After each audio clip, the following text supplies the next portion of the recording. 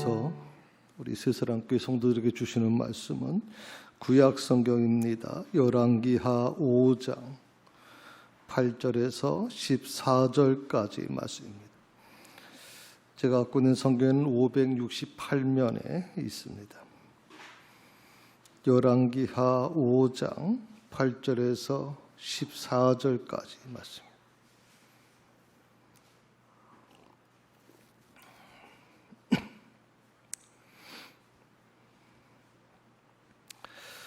다 자셨으면 자리에 일어나셔서 하나님의 말씀을 들으시기 바랍니다. 하나님의 사람 엘리사가 이스라엘 왕이 자기 옷을 찢었다 함을 듣고 왕에게 보내어 이르되 왕이 어찌하여 옷을 찢었나이까? 그 사람을 내게로 오게 하소서. 그가 이스라엘 중에 선지자가 있는 줄을 알리이다 하니라. 나아만이 이의 말들과 병거들을 거느리고 이르러 엘리사의 집 문에 서니 엘리사가 사자를 그에게 보내 이르되 너는 가서 요단강에 몸을 7번 씻으라. 내 살이 회복되어 깨끗하리라 하는지라. 나아만이 노하여 물러가며 이르되 내 생각에는 그가 내게로 와서 나와 서서 그의 하나님 여호와의 이름을 부르고 그의 손을 그의 그 부위에 위에 흔들어 나병을 고칠까 하였도다. 다메섹강 아바나와 바르바른 이스라엘 모든 강물보다 낫지 아니하냐? 내가 거기서 몸을 씻으면 깨끗하게 되지 아니하랴 하고 몸을 돌려 분노하여 떠나니 그의 종들이 나와서 말하여 이르되 내 아버지여 선지자가 당신에게 큰 일을 행하라 하였다면 행하지 아니하였으리까? 하물며 당신에게 이르기를 씻어 깨끗하게 하라 함이리까 하니 나아만이 이에 내려가서 하나님의 사람의 말대로 요단강에 7번 몸을 잠그니 그의 살이 어린아이의 살같이 회복되어 깨끗하게 되었더라. 이것이 하나님의 말씀입니다. 앉으십시다.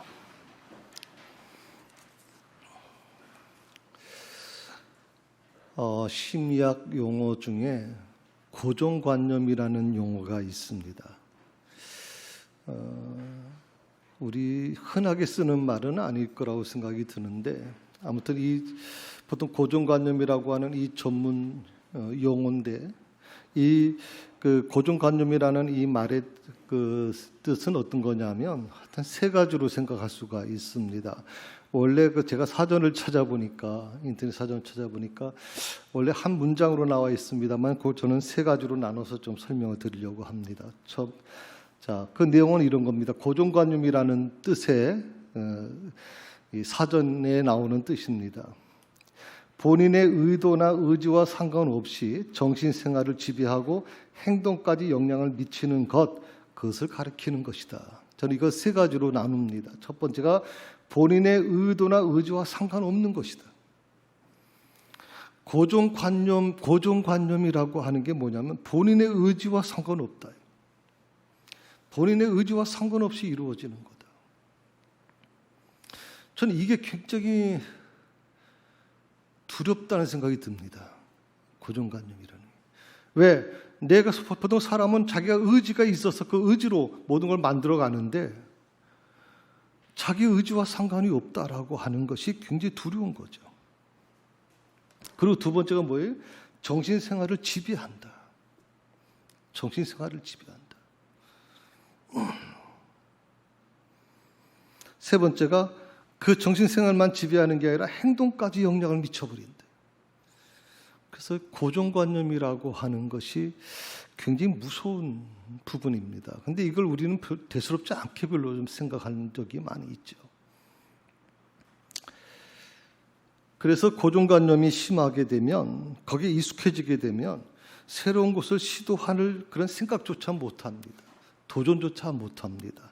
쉽게 말하면 새로운 삶을 살 수 있는 그런 어떤 가능성조차 다 제하여 버리는 것이 바로 이 고정관념이라는 것입니다.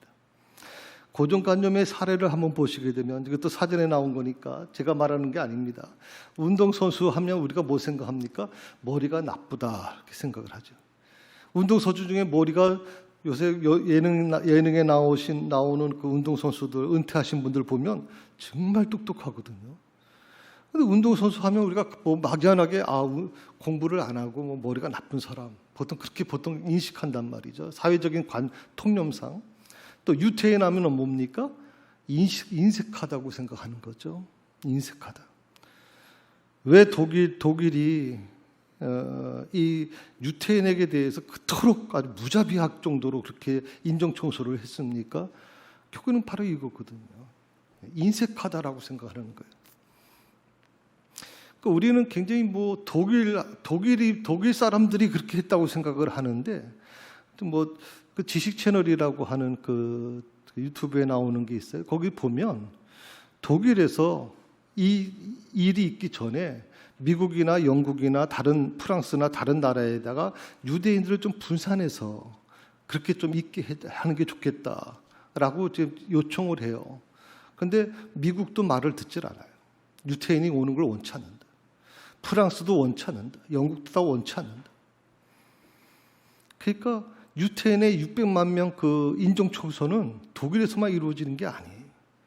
전 세계가 묵인한 상태에서 이루어진 거란 말이죠. 전 세계가 묵인한 상태. 자, 흑인하면 뭐예요? 폭력적이라고 우리가 막연하게 그렇게 이미 생각하고 있어요. 고정관념을 갖고 있어요. 또 뚱뚱한 사람 하면 저 사람은 게으른 사람이야 라고 하는 고정관념을 갖고 있는 거예요. 오늘 본문의 말씀은요, 바로 이 고정관념에 사로잡히게 되면 어떻게 되는지, 지금까지 제가 말씀을 드리는 건 일반 상식적인 부분에서 말씀을 드렸다면, 이게 하나님의 말씀 앞에 들어와서 우리가 신앙생활에 있어서 고정관념은 어떤 영향을 미치고 있는지에 대해서 제가 오늘 이 말씀을 통해서 지금 하나하나 분석해 나가려고 해요. 오늘 말씀의 주인공이 누굽니까? 나아만이라고 하는 아람 나라 장군입니다. 이 아람 나라라고 하는 나라가 우리 지금으로 보면 우리나라하고 글쎄 중국하고 비교하기는 조금 그렇긴 하지만 아람 나라는 굉장히 군대가 강력한 나라였어요. 그래서 이 나아만이 군대를 끌고 온다는 얘기를 듣자마자 이스라엘 왕이 막 버벅을 떨 정도였으니까, 그 정도면 이 아람 나라의 그 군대가 국력이 대단한 국력이었다고 우리가 생각할 수 있죠. 오늘 1절의 말씀을 보게 되면 이 나아만이라는 사람이 누군지에 대해서 한 세 가지로 우리가 이해할 수가 있습니다. 첫 번째 뭐냐면, 우리가 1절 말씀을 지금 우리 성경에 여기 PPT에 나와 있지 않습니다만은 한번 여러분 성경에서 5장 1절에 있는 말씀을 한번 같이 읽어보도록 하십시다. 1절에 세 가지의 나아만의 모습이 나와 있거든요. 같이 있습니다. 아람 왕의 군대 장관 나아만은 그의 주인 앞에서 크고 존귀한 자니 이는 여호와께서 전에 그에게 아람을 구원하게 하셨습니다. 그는 큰 용사나 나병 환자더라. 아멘. 자, 아람 왕의 군대 장관 나아만은 저는 큰 용사였다. 그런데 나병 환자였다라고 이렇게 얘기하고 있어요. 그러니까 큰 군대 장관, 아람 왕의 군대 장관이었다라고 하는 표현을 보게 되면 이 나아만은 아람 나라 정군을 책임지는, 요즘 말로 하면 거의 참모총장, 국방장관과 같은 위치에 있는 사람이었다고 그렇게 얘기할 수 있겠죠. 두 번째로 이런 부분이 있습니다. 1절에 말씀 보게 되면 그의 주인 앞에서 크고 존귀한 자였다. 크고 존귀한 자, 이런 표현을 쓴 것을 보게 되면 왕의 신임을 굉장히 많이 받았던 사람이고, 그리고 사랑을 받았던, 요즘 말로 하게 되면 실세 중에 실세, 그렇게 표현하면 되죠. 왕의 실세 중에 실세.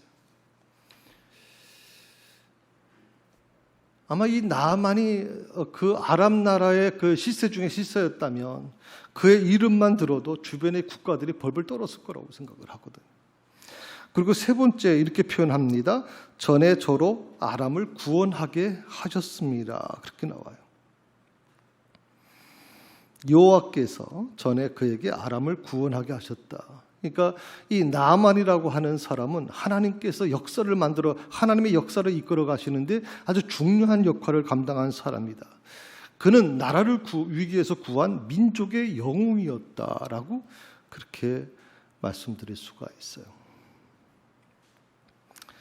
그럼에도 불구하고 나만에게는 한 가지 치명적인 약점이 있었는데 그게 바로 나병 환자였다라고 하는 거예요. 요즘 나병이라는 말을 잘 안 쓰죠. 요즘에는 한센병이라고 말을 써요. 한센병. 한번 사진 보여주시겠어요? 예, 제가 인터넷에서 찾은 사진입니다만은 이 나병, 한센병이 무서운 이유 중에 하나는 뭐냐면 모든 이 신경 감각을 다 마비시켜 버립니다. 그래서 자기 몸에서 살점이 떨어져 나가도 감각이 없어요. 느끼지를 못해요. 어느 순간인가 코가 떨어져 나가고 귀가 떨어져 나가고 손가락이 다 떨어져 나가는데도 불구하고 아무것도 느끼지 못해요.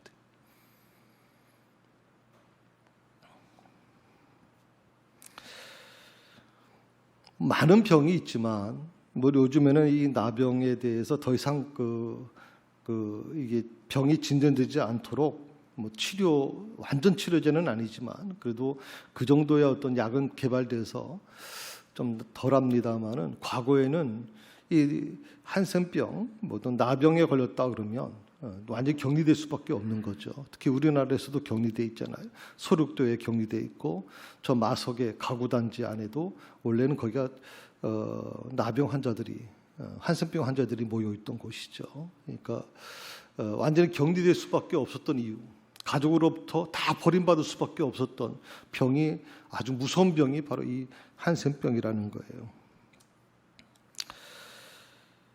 그런데 오늘 나아만이 바로 이 병에 걸렸어요. 조금 전에 제가 말씀을 드렸지만 그는 아람 나라의 정군을 책임지는 사람이었고 그리고 왕의 신임과 사랑을 한 몸에 받았던 실세 중에 실세였고 그 나라를 위기에서 구한 민족의 영웅이었지만 그래서 오늘 이렇게 표현을 합니다. 그는 큰 용사이나 나병 환자더라. 그래서 그는 큰 용사였다. 원래 거기에 뭐가 들어가요? 그러나라고. 그러나 그는 나병 환자였다. 이걸 이렇게 표현할 수가 있는 거죠.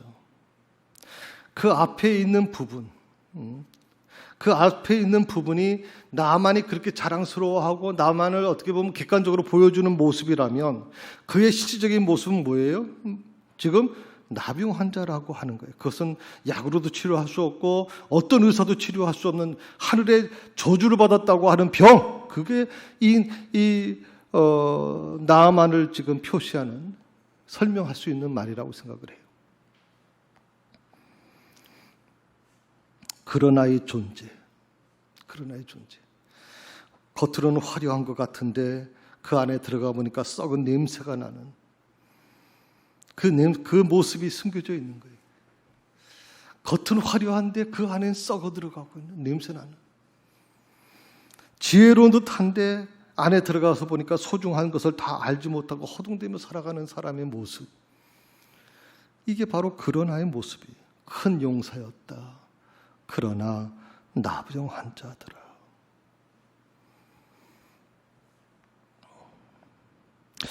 오늘 이 나만의 모습 속에서 오늘 내 모습을 볼 수 있지 않겠나. 온통 오직 명예를 위해서, 오직 권력을 위해서, 오직 성공을 위해서만 치닫고 있는 우리의 모습. 오직 행복하기 위해서, 잘 살기 위해서 이 세상의 것들을 다 얻어야 된다고 생각했던 우리 자신의 모습을 보면서 거기에 이렇게 붙을 것 같아요. 그러나 그 모든 것이 무슨 의미가 있겠어요? 그는 나병 환자라고 하는 건데 그 말 한마디에 모든 게 다 거기에 결론이 되어져요. 만약 여러분에게 이렇게 얘기를 해볼 수 있어요. 물질적으로 하나님이 축복받아서 물질적으로 굉장히 성공했고 사회적으로 어떤 이름이 아주 저명해졌고 정말 모든 사람들이 부러워하는 그런 인생을 살아갔고 교회에서도 아주 믿음이 좋다 그래서 높은 직장에 사명을 받아서 또 그 일을 감당하고 있고, 근데 그 다음에 그러나라고 나와요. 그 모든 것이 아무 의미 없는, 만약 그런 거라면, 영적인 나병에 내가 걸려 있다면 어떻게 될 것 같지? 내 인생이 바로 그런 것이라면 과연 나는 어떻게 살아가야 될까 하는 거예요. 5절 6절에 있는 말씀입니다. 그 내용에 보게 되면 이렇게 간단하게 설명하고 있습니다. 나만이 곧 떠나세 은 10달란트와 금 6,000개와 의복 10벌을 가지고 갔다, 이렇게 나옵니다. 은 10달란트를 이게 뭐 그 근동 지방의 어떤 그 계산법이니까, 거기에 어떤 그 계산법이니까 우리 계산법으로는 잘 이해가 안 돼. 10달란트가 대체 얼마나 되나? 한 달란트라고 하는, 우리 달란트 비유도 뭐 많이 알고 있습니다. 그게 우리 일반적인 상식과 굉장히 벗어나는 거죠. 은 10달란트는요, 오늘 무게로 환산해 보니까 342kg예요. 342kg. 그걸 지금 시가, 은 시세로 이제 계산해 보니까 약 한 2억 9,700, 한 3억 정도 되더라. 금 6,000개, 그거를 오늘 무게로 환산하게 되면 한 68.4kg가 된다. 이걸 오늘 시세로, 금 시세로 환산해 보니까 4억 9,900만 원. 거의 5억이 된다. 그러니까 은 10달란트와 금 6,000개를 가져갔다는 것은 그거 한 8억 정도, 지금 시가로 8억 정도의 돈을 가지고 갔다는 뜻이에요. 그리고 옷 10벌을 가지고 갔다 그러는데, 그 옷 10벌은 굉장히 귀한 옷이겠죠. 그냥 뭐 일반 옷을 가져가지는 않았지 않겠어요? 굉장히 고급 옷을 아마 10벌을 챙겨서 가져갔을 거라고 생각을 해요. 자, 8억 이상에 가까운 선물을 지금 가지고 갑니다. 자, 우리 여기서 의문이 생기는데, 그 의문이 뭐냐면, 나만은 왜 이렇게 엄청난 선물을 준비했을까 하는 거예요. 사실 그 아람 왕이, 나만이 이런 일 때문에 내가 이스라엘 그 땅에 가야 됩니다. 거기에 엘리사 선지자라는 사람을 좀 만나야 되겠습니다. 그랬더니 왕이 편지를 써줘요. 글을 써준단 말이죠. 자, 이스라엘 왕이 그 아람 왕이 써준 그 편지를 보고 벌벌 떨어요. 그 무슨 말인 줄 아시겠어요? 그 편지 하나가 대단한 위세를 가지고 있단 말이에요. 편지 하나가. 근데 뭐하러 이 10억, 뭐 한 8억 이상 되는 엄청난 이 재물을 가지고 갔을까 하는 거예요. 어떻게 보면 왕이 써준 편지만 가지고 만족하지 못했던 거죠. 자신이 갖고 있는 재력, 그리고 자신이 갖고 있는 직분, 엄청난 거죠. 그 모든 것을 가지고 문제를 해결하겠다고 생각을 하고 가는 거예요. 내가 이번에 이스라엘 나라로 가고 엘리사 선지자라는 사람을 내가 만날 텐데,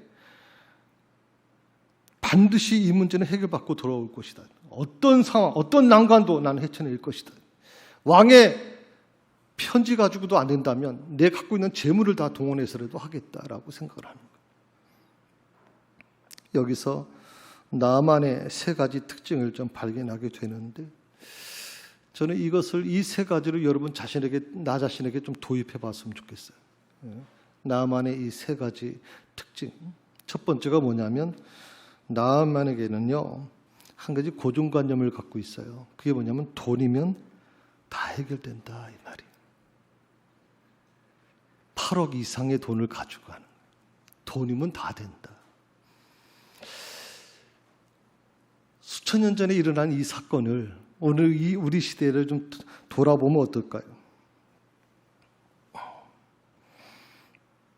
누가 뭐래도 돈이 최고 아닙니까? 목사님, 기도한다고 다 되는 겁니까? 돈이 있어야죠. 돈 가지고 안 되는 게 어디 있습니까? 왜 예수님께서 돈에 대한, 성경에서 그토록 돈에 대해서 경고하시고 그렇게 돈이 마치 만몬이라고 하는, 마치 신처럼 여겨진다라고 하는 그런 시대가 곧 올 거라고 하는 얘기를 하는 이유가 뭘까 대체? 그것은 뭐냐면 우리가 하나님을 믿는 사람, 하나님을 믿는다고 하면서도 결국은 이 물질이 나를 지배하게 되는 거예요. 물질이 있어야, 우리가 믿음이 있고 기도를 많이 하기 때문에 마음의 위로가 오는 것보다는 그래도 물질이 있어야 마음이 편해지고 그렇단 말이죠. 돈을 인생의 최고의 목표로 삼고 있는 사람들이 예상외로 많아요. 우리 주변에 너무 많아져 있어요.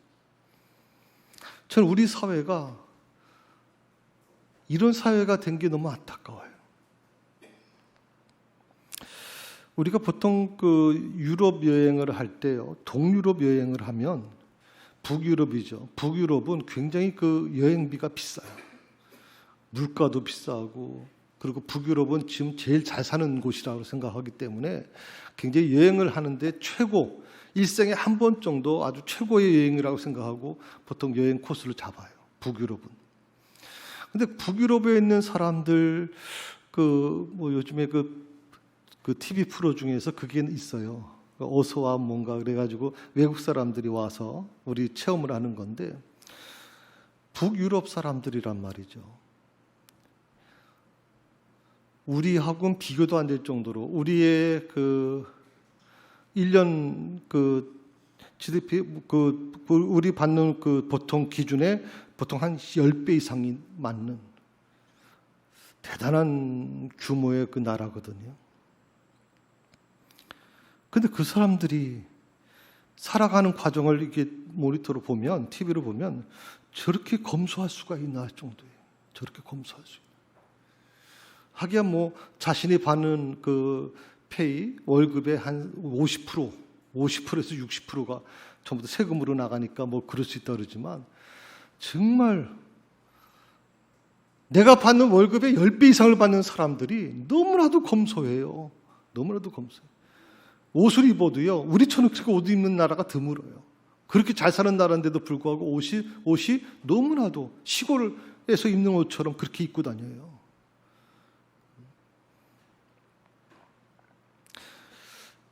저는 우리 사회가 돈이면 다 최고다, 돈이 인생의 최고의 목표가 되어버리는 사회, 그걸 어릴 때부터 그렇게 훈련되어지고 그렇게 교육받은 사회, 나는 그런 사회가 너무나도 불행한 사회라고 생각을 해요. 행복이 뭔지에 대해서 잘못 곡해되고 있단 말이죠.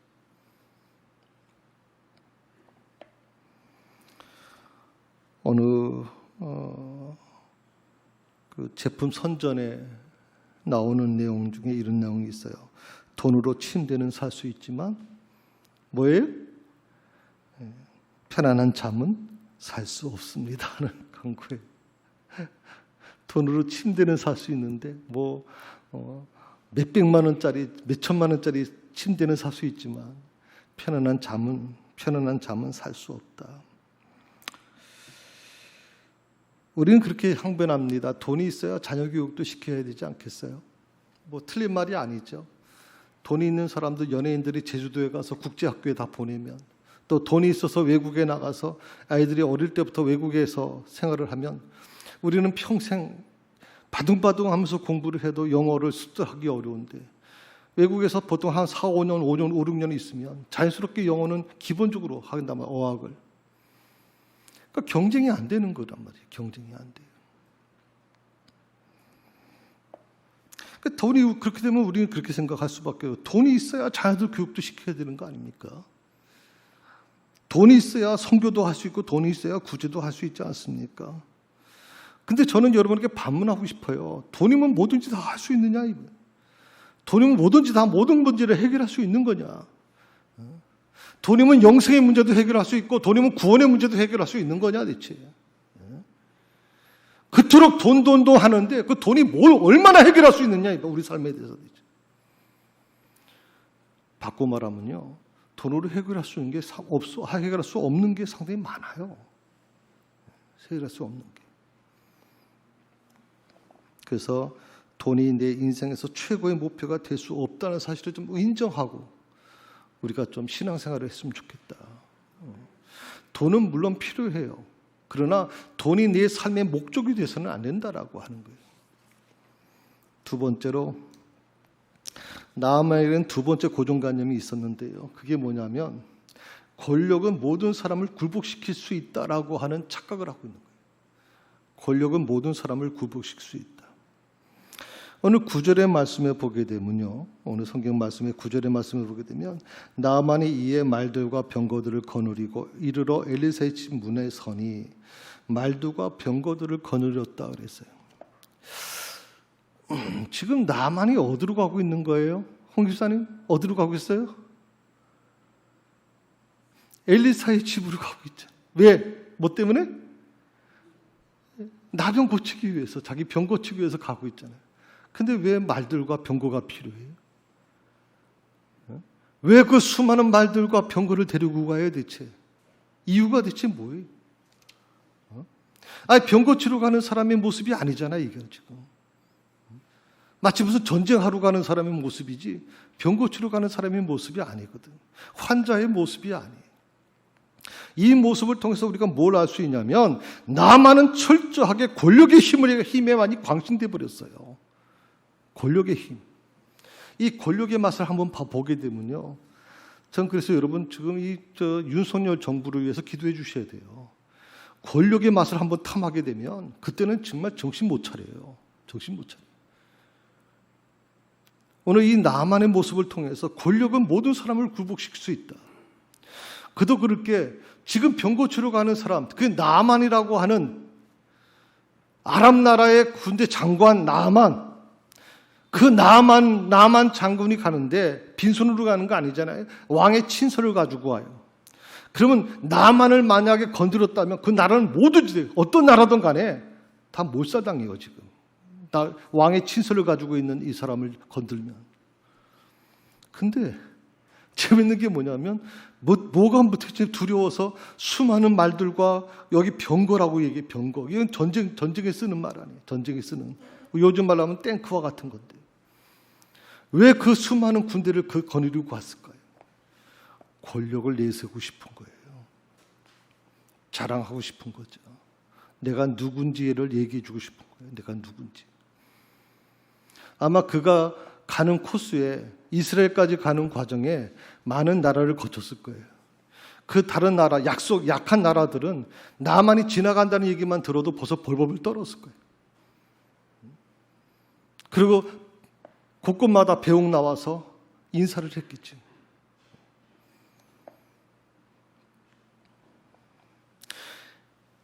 권력이 있으면 엘리야 선지자라 할지라도 굴복시킬 수 있다고 그는 착각하고 있어요.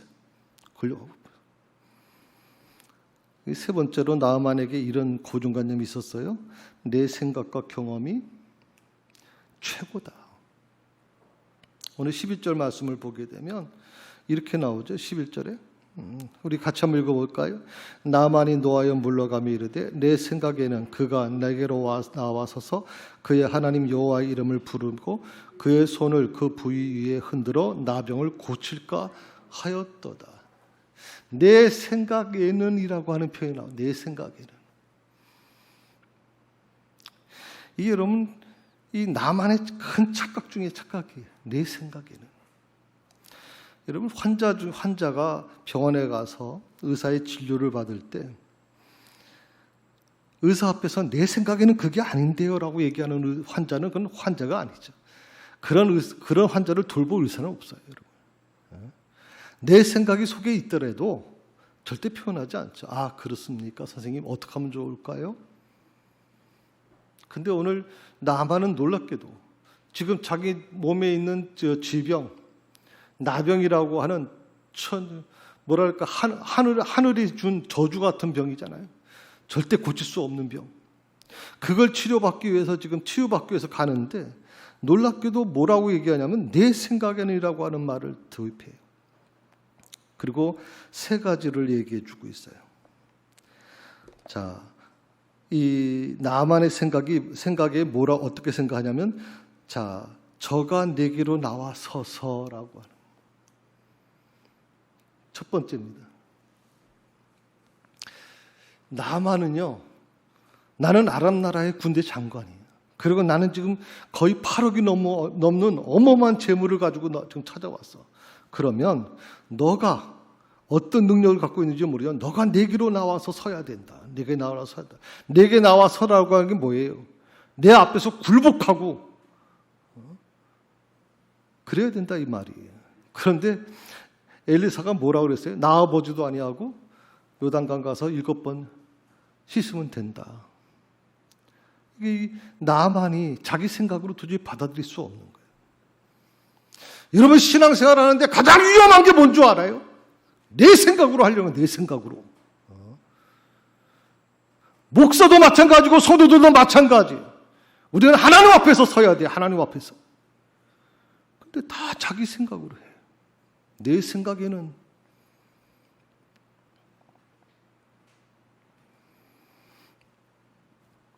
그리고 이렇게 얘기하죠. 두 번째, 그 하나님 여호와의 이름을 부르고. 아마 이거는 어떻게 보면 아람 나라에서의 이 제사법을 생각했을 거예요.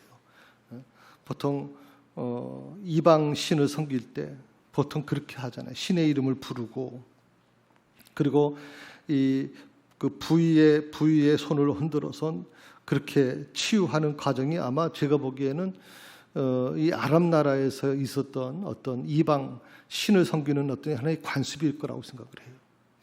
이걸 그는 연상하고 그렇게 생각하는 거예요. 이렇게 되길 원하는 거예요. 그런데 갑자기 나와보지도 아니하고 요단강에 가서 몸을 씻어라? 도저히 용납 못 하겠는 거죠. 그것도 본인이 나온 것도 아니고 하인을 보내가지고 그렇게 얘기하는 것에 대해서는 용납을 못 하는 거예요. 내가 누군데, 내가.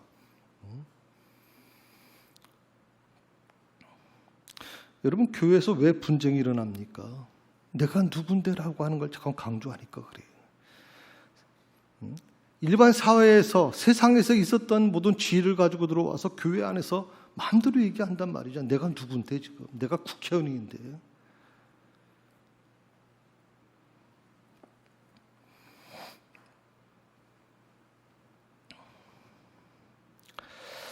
오늘 12절의 말씀을 보게 되면요. 이렇게 얘기합니다. 다메섹강 아바나와 바르발은 이스라엘 모든 강물보다 낫지 않냐. 내가 보기에는 이 다메섹의 어떤 그런 강들이 워낙 아람 나라는 굉장히 큰 나라이기 때문에 이스라엘하고 비교도 안 되거든요.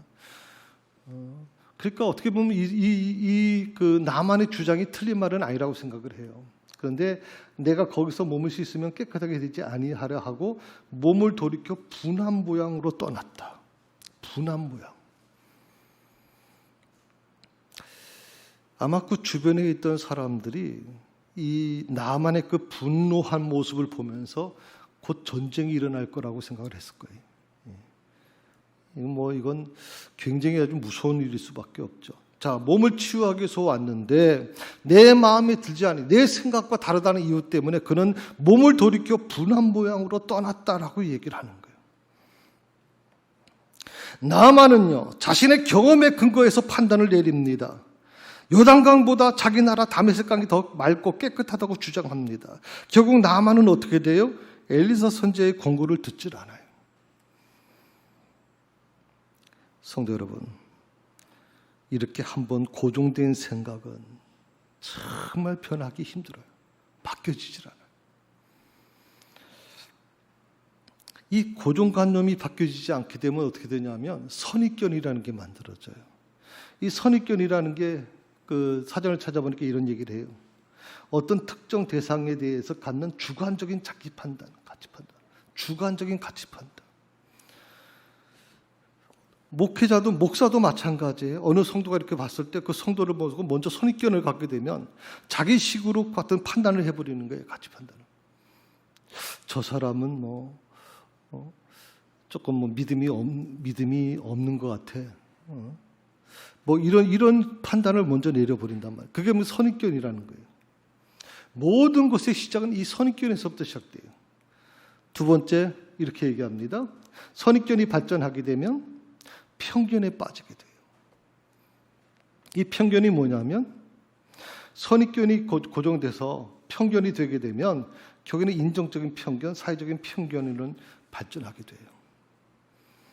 선입견부터 시작해서 편견으로 가게 되면 그 다음부터는 굉장히 무서워져요. 편견이라는 게 뭐예요? 사람을 정죄하고 판단하는 거예요. 오늘 교회 안에서 신앙생활하는 과정에도 얼마든지 이런 게 일어나고 있단 말이에요. 선입견과 편견이 존재하고 있단 말이에요.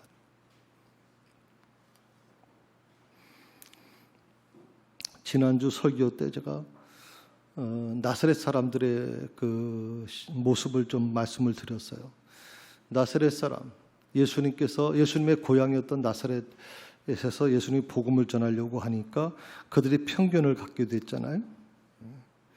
그 편견이라는 게 뭐예요? 저 친구는 마리아의 요셉의 아들이고 목수 일을 하는 사람이었고 저 형제가 다 우리와 함께 있던 사람들인데, 근데 그 예수라는 사람이 메시아라 그러니까 도저히 받아들일 수 없다라고 하는 거예요. 그러니까 어떻게 됐어요? 이 편견 때문에 결국 예수님을 산 낭떠러지까지 끌고 가서 미쳐 떨쳐버리려고 했단 말이죠. 이걸 한마디로 표현하면 예수님을 죽이려고 작정을 했단 말이에요. 편견이 왜 무서우냐? 선입견이 왜 무서우냐? 결국 사람이 죽는데도 불구하고 눈 깜짝하지 않아요. 여러분, 신앙생활에 이 선입견과 편견이 들어오게 되면, 다시 말하면 고정관념이 만들어지게 되면 이 신앙이 오히려 사람을 살려야 되고, 이 신앙을 때문에 공동체가 아름다워야 되고 교회가 행복해야 되는데 그게 무너지는 거예요.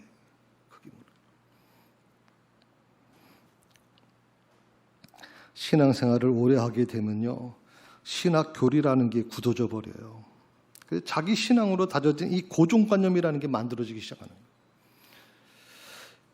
이렇게 만들어진 이 신앙적 고정관념, 이 고정관념의 틀이라고 하는 것은 절대로 타협할 수 없는 아주 고질적인 신앙으로 변질되어 버려요.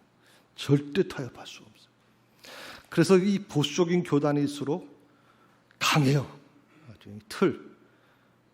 절대 타협할 수 없다. 그래서 그분들은 우리 통합적 교단 보고 그렇게 얘기해요. WCC라든지 에큐메니칼 운동을 하면 저 사람들은 이단이고 저 사람들은 상종하지 못할 사람들이라고 그렇게 얘기해요. 자기들만이 구원받는다고 생각을 한단 말이에요. 이렇게 변질된 신앙의 틀이라고 하는 게 얼마나 무섭냐면, 하나님의 아들이시고 구원자이신 예수님이 오셔서 예수님이 못하실 게 뭐가 있어요? 못하실 게 뭐가 있어요? 그런데 이 신앙의 틀이 변질되어 버린 이 신앙의 틀에 대해서는 예수님도 더 이상 할 수가 없었어요. 예수님이 그토록 이 바리새인들에 대해서 그렇게 말씀을 하고 그렇게 가르쳤음에도 불구하고 혼냈음에도 불구하고 결국에는 바리새인들하고 관계 속에서, 종교 지도자들과의 관계 속에서 그들이 결국 예수님을 죽이는 데 나가게 되잖아요. 둘 중에 하나는 죽어야 되는 거예요. 둘 중에 하나는 죽어야 돼요. 신앙생활을 오래 하게 되면 신학교리에 굳어지고 자기 신앙으로 다져진 이 고정관념이란 틀이 만들어지는데, 이렇게 만들어진 신앙적 고정관념의 틀은 절대로 타협하지 않는다. 고질적인 신앙으로 변질되어 버린다. 그리고 이렇게 변질된 신앙의 틀은 어떻게? 이 땅에 오신 예수님조차도 부수지 못하시더라, 이 말이에요. 부수지 못하시더라. 우리가 믿는 게 뭐예요? 나에게 구원을 주신 분이 누구예요? 그런데 그 예수님을 받아들이질 않는 거예요. 예수님을 믿는다고 하면서, 하나님을 믿는다고 하면서도 하나님 자신이 사랑이라 그러는데, 안식일에 대해서 말씀하시면서 안식일은 사람을 위한 날이라고 말씀하셨는데, 그런데 어떻게 해요? 그 틀이, 신앙적 틀 가지고서 사람을 정죄하고 판단하잖아요.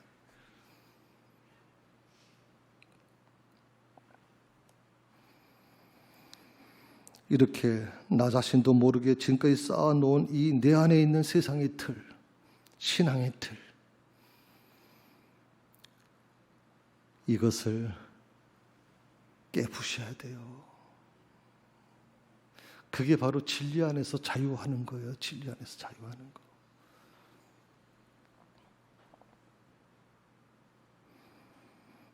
그리고 그 허물어진 그곳에 하나님의 말씀으로 재무장시키고 그곳에 새롭게 거듭나게 만드는 거. 거기서부터 시작돼야 되는 거예요. 그러니까 내 안에 있는 이 신앙의 틀이, 변질된 이 신앙적인 틀이 부서지지 않으면 거기다 아무리 많은 걸 쌓아놔봤자 변하지 않아요. 여러분 절대 안 변해요. 목사들 안 보내요. 목사들 지금.